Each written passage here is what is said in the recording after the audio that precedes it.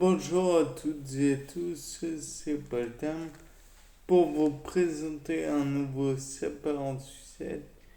Donc là, comme vous le savez depuis quelque temps, je me demande comment marche la verticalisation. Après tout, c'est un monde qui pour moi est inconnu. Donc je pense qu'il serait bon que vous suiviez un schéma avec moi sur la comment dire sur les fibres musculaires, puisque là je vais parler de bande I, bande Z, bande A, bande H, que sais-je encore. Enfin, toujours est-il que dans le cas présent, je pense que ça risque d'être bizarre. Mais là, on va voir. Donc, tout d'abord, pour moi, l'étirement musculaire fait que la bande A est, comment dire, enfin, les fibres musculaires vont s'étirer. Oui, c'est une évidence. Donc la bande A qui est dans le sarcomère va avoir plus de place pour finalement s'étirer. Oui, c'est pas très clair. Le sarcomère va s'étirer et la bande A va pouvoir s'étirer encore plus. Et donc, ce qui va, d'après moi, faciliter grandement la contraction musculaire, puisque à partir du moment où vous contractez, vous rétrécissez. Et comme bon nombre d'athlètes haltérophiles le savent, si on a trop de contractions musculaires, ça peut vite être douloureux. Et quand je dis contraction musculaire, en fait, c'est les muscles, comment dire, les mouvements répétés avec des outils de musculation. Ça peut engendrer des douleurs. Et donc, par voie de conséquence, ça peut, comment, vous limiter dans vos, comment, prises de muscles et j'en passe. Donc, finalement, il faut étirer le muscle afin de ne pas limiter le mouvement.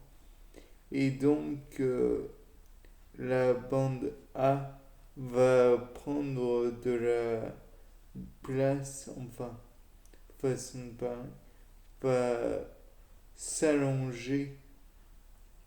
Je me demande si ça ne rétrécit pas en diamètre.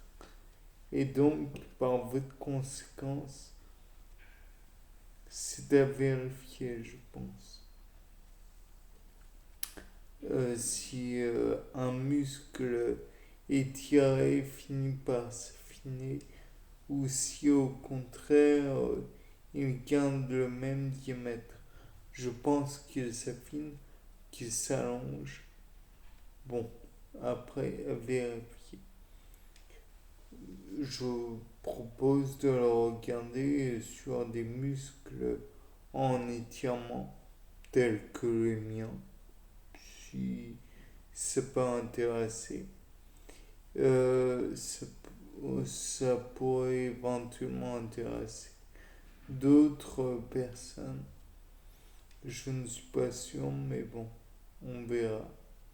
Et de plus, on pourrait aussi regarder chez d'autres animaux que Homo sapiens si le muscle est toujours en plus mince quand il est étiré que contracté.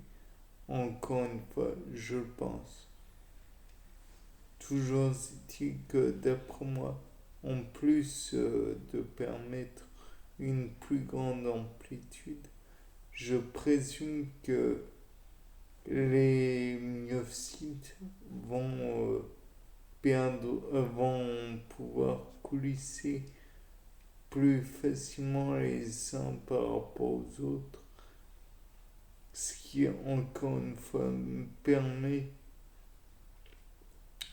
une plus grande capacité à se mouvoir, car quand on est trop contracté, inutile de vous le dire, je pense, on a beaucoup de difficultés à se mouvoir. Oui, c'est un peu enfoncer une porte ouverte.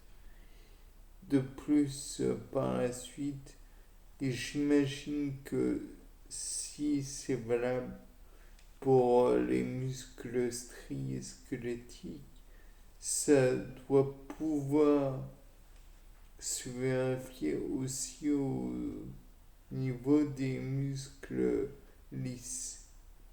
Muscles qui souvent sont au niveau des entrailles et qui correspondent souvent aussi aux muscles dans les veines, les artères.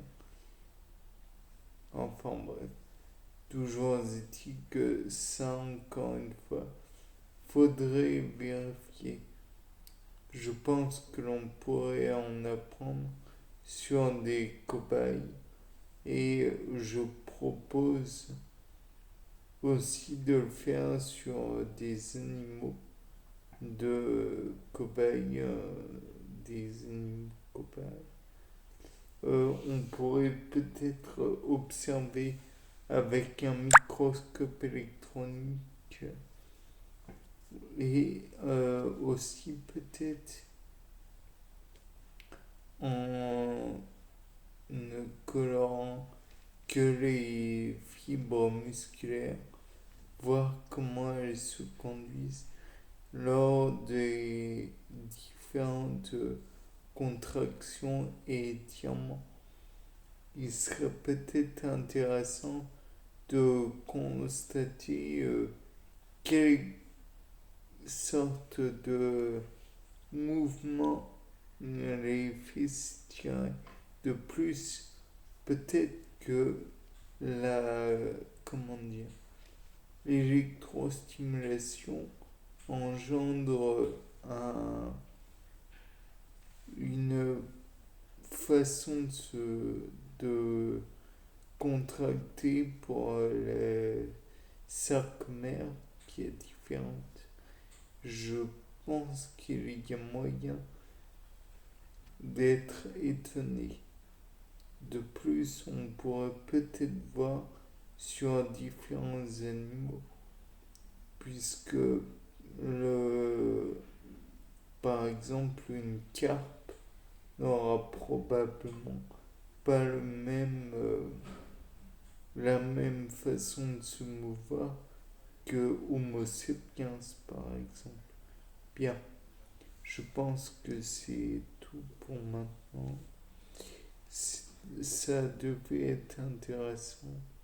Bien, c'était Paul Tam pour un nouveau sapin en sucette. Au revoir.